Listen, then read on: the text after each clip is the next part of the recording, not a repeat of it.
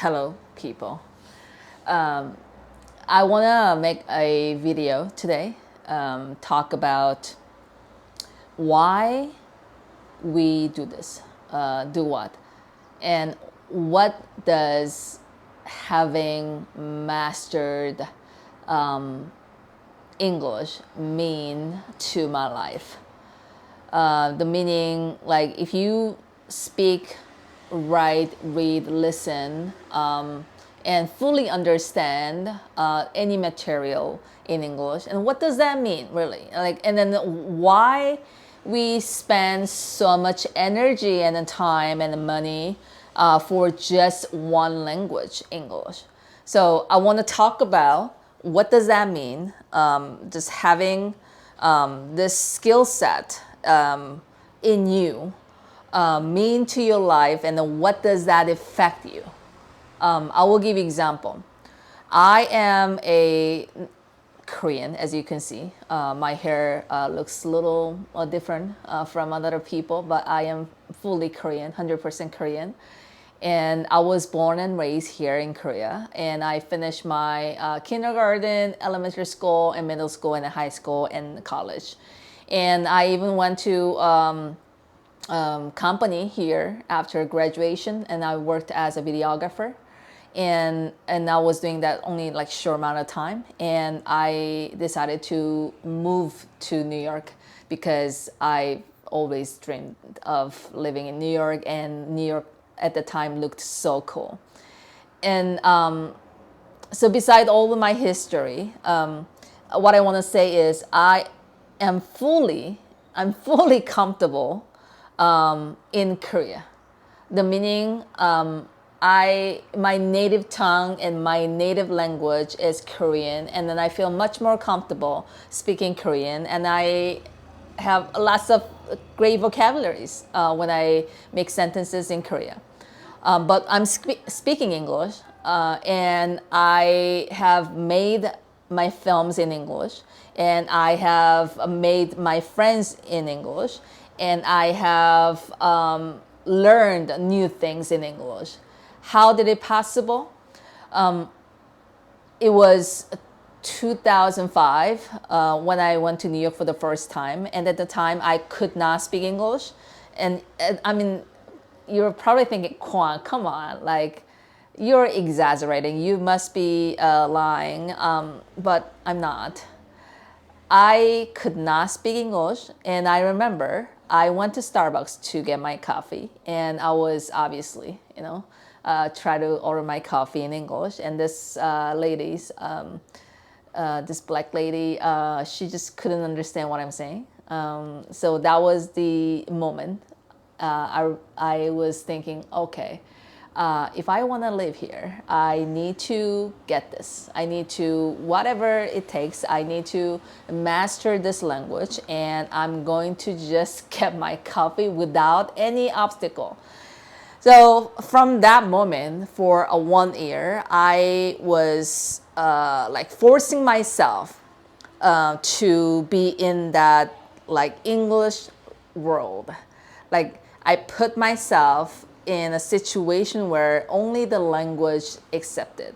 So I talked in English, and I read in English, and I write something in English, and I listen to any news and YouTube or the movies. And even if I didn't like understand fully, I was really just like forcing myself to be in that situation. So like I was doing that for 1 year, and then I finally had this dream at night, and I remember like I was having a dream in English, and that is the moment my brain finally accepted this like strange language, English, into my this linguistic area in somewhere in my brain. And that's a great start, and that's what I ask my students all the time as well. If you want to learn the second language, and you should have that moment, the moment where your consciousness is being broken down by this new welcoming language, and you should really embrace it. You should embrace this new language into your brain, and then have it slip into your subconsciousness. So that's what I knew, that my English will just pick up, because like I was having a dream in English. What does that mean? Like finally this English like found a place in my subconsciousness, and I was talking some random stuff in English, right? So that process is very critical, especially for those of who started like learning English when they were like 20 something, when they after they become an adult, and they want to really just like improve their linguistic skill, then that is very critical. The process you should go through. If you don't go through that process, and when you speak English, it's all about out of your consciousness, which is not subconsciousness. And what's the difference between English comes from the consciousness and English comes from subconsciousness is the fluency. And what when I'm speaking English, like I don't really think about like what grammar, what tools that I should put my vocabularies in it. Just I speak out of like, I don't know, just some kind of place where they cook all those words and just like feed my tongue. But when you speak English out of consciousness, you have to constantly think about the grammar. Okay, have plus PP and B plus PP, and like this is subject verb and agreement. You always have to think about the grammar to construct your sentence, which will take longer, and which will sound a little unnatural. But that's okay. I mean, like as long as you express how you feel and what you think, and I don't think that will matter, considering the fact that you're coming from this totally opposite language country.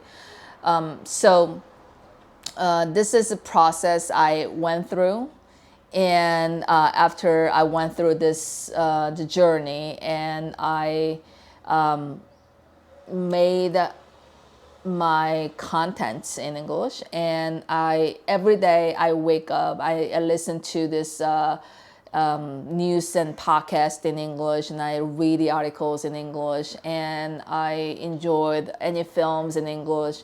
So I think the figuratively having this English skill is kind of having the golden keys for you to open up the any different world that was closed. So you have this golden keys, master keys, to open up any gate or any door, any world that you want to see and you had not been able to access to. So this is a different life. Just living in a one country, and then living in a one mono singular the cultural world versus to this diverse cultures and the different people and different perspective, like regardless of any kinds of like the social status or any accomplishment that you have made in your life, this like everyday life will be very different if you speak English. So that's the main message that I want to talk about today. And please just open up your eyes and to see something new. If you really want to live in your like comfort zone, and no one blames you, but if you just like break that shell and out of the boundary, and if you just leave that comfort zone, and once in your life you like challenge yourself and then see what's your limit, and that's gonna be a whole new divine experience that you have ever done. So that's the message today, and thank you for listening.